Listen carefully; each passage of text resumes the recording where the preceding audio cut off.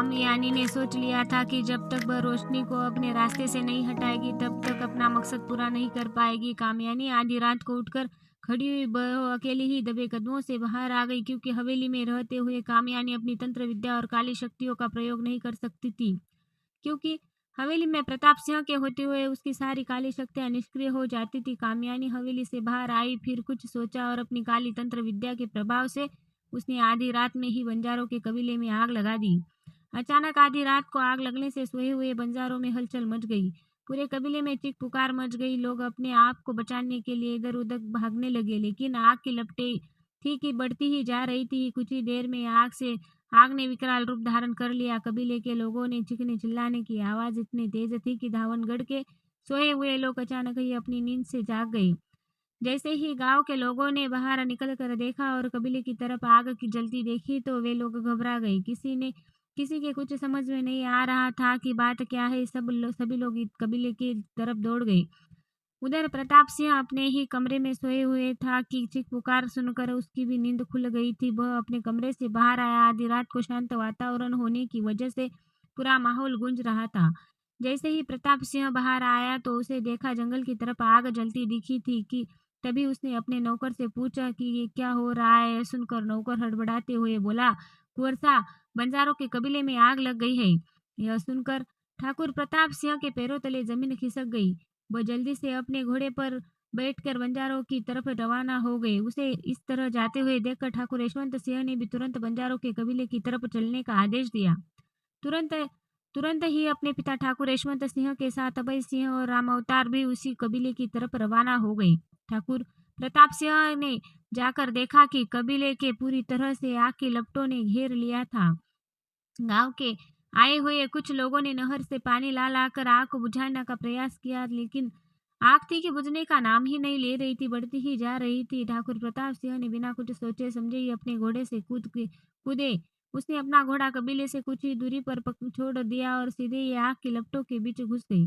ठाकुर प्रताप सिंह कबीले के अंदर जाकर रोशनी का नाम लेकर चिल्ला रहे थे। जैसे जैसे ठाकुर प्रताप सिंह को घायल और अपने बचाव के लिए इधर उधर भागते बच्चे महिलाएं आदि मिले, ठाकुर प्रताप सिंह उन्हें बचाकर बाहर लाते गए। उसके पीछे ही आए ठाकुर यशवंत सिंह और अभय सिंह ने ठाकुर प्रताप सिंह को रोकने की बहुत कोशिश की, लेकिन वह नहीं रुके।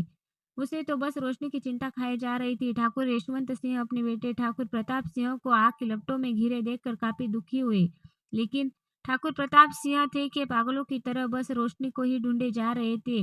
उसकी इसी हालत देखकर राम अवतार भी तुरंत आग में प्रवेश कर गया। धीरे धीरे आग ने इतना विकराल रूप धारण कर लिया था कि अब लोगों को लगने लगा था कि आग से बाहर कोई भी नहीं आ पावेगा। तभी अचानक ठाकुर प्रताप सिंह की नजर सामने एक लड़की की लाश पर पड़ी, जिसका चेहरा उसकी चुनरी से ढका हुआ था। यह देखकर ठाकुर प्रताप सिंह घबरा गए, क्योंकि वो लड़की ने देखने में रोशनी की तरह ही लग रही थी, लेकिन जैसे ही उसने चेहरे से कपड़ा हटाकर देखा तो कि वह लड़की रोशनी नहीं थी। ठाकुर प्रताप सिंह की रोशनी को ढूंढ रहे थे, लेकिन रोशनी कहीं नहीं मिल रही थी। आग की लपटों ने सब कुछ पूरी तरह घेर लिया था। आग के इस विकराल रूप को देखकर ठाकुर यशवंत सिंह, अभय सिंह के साथ सब लोगों को रूह कांप गई। सबके दिमाग में एक ही बात घूम रही थी कि अचानक कबीले में आग कैसे लग गई। जिसने जितना हो रहा था वो कबीले के लोगों को बचाने की, उनकी मदद करने की कोशिश कर रहा था, लेकिन हर कोई नहर से पानी लाकर आग बुझाने की कोशिश कर रहा था। आग बुझने का नाम नहीं ले रही थी। आग के अंदर से राम अवतार ठाकुर प्रताप सिंह को खींचकर ले जाने लगे। कहने लगे, कुंवर साहब थे, समझने की कोशिश करो। अरे रोशनी होती तो मिली जाती। वह कहीं ना है। वह उसे खींचकर ले जाने लगे। उसे धक्का देकर कबीले से बाहर ठाकुर प्रताप सिंह को निकाल तो दे दिया, लेकिन खुद तो आग की लपटों के बीच से ना निकल सका और आग में जल गए। ठाकुर प्रताप सिंह ने से राम अवतार को जलते देखा तो वह बहुत जोर से चीख उठा, लेकिन बाहर गांव के लोगों ने ठाकुर प्रताप सिंह को पकड़ लिया। वह चीख चीख कर कह रहा था कि अंदर रोशनी और राम अवतार दोनों है, लेकिन किसी ने उसे वापस नहीं आने दिया।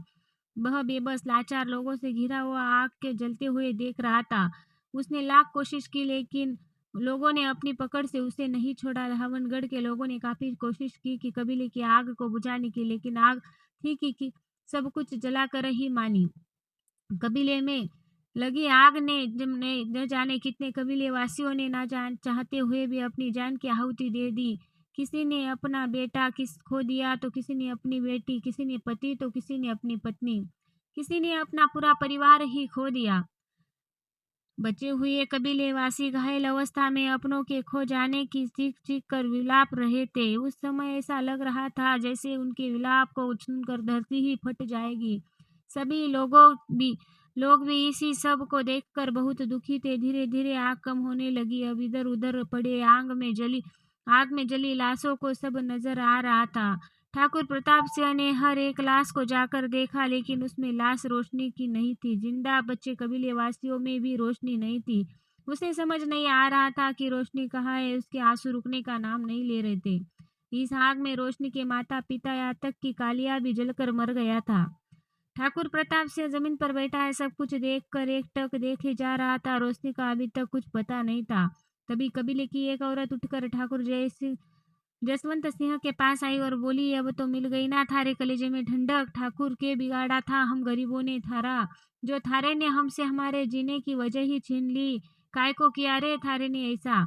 माना कि थारे बेटे से प्रेम करके हमारी कबीले की छोरी ने घना बड़ा अपराध किया था, लेकिन वह अपराध इतना भी बड़ा नहीं था जितनी थारे ने हम लोगों को सजा दी। किस बात की सजा दी थारे ने हम लोगों को? भगवान भी थारे को कभी माफ ना करेगा, ठाकुर कभी माफ ना करेगा। थारे ने हमसे हम सब कुछ छीन लिया। और वह औरत रोते हुए कह रही थी। यह सुनकर ठाकुर यशवंत सिंह बोले, देखो काकीसा, जैसा थे समझे हो ऐसा कुछ ना है। अरे म्हारे ने कुछ ना किया। तभी बंजारों के कबीले के मुखिया आए और बोले, ना ठाकुर सा, ना अब छूट हमदर्दी ना दिखाओ।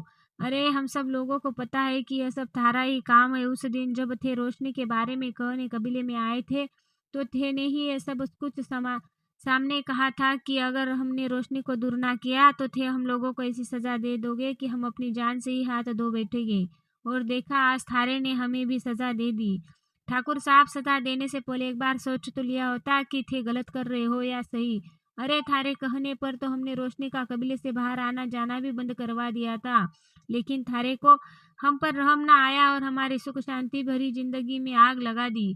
ठाकुर साहब, म्हारे ने अपना बेटा खोया है। एक बेटे के खोने पर म्हारे दिल पर के गुजरी रही है। ये थारे को जब पता चलेगा, जब तू अपना बेटा खोएगा। ठाकुर, ये थारे ने अच्छा किया।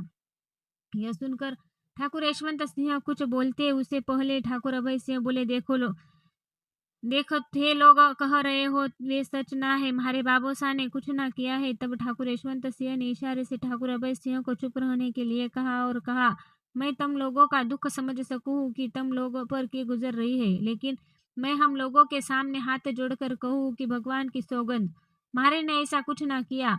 अरे माना कि म्हारे बेटे ने तुम लोगों की छोरी से प्रेम किया तो म्हारे को घना क्रोध आया, लेकिन मैं इतना कठोर दिल ना हूँ कि तुम लोगों के साथ ऐसा घिनौना काम करने की सोचूं।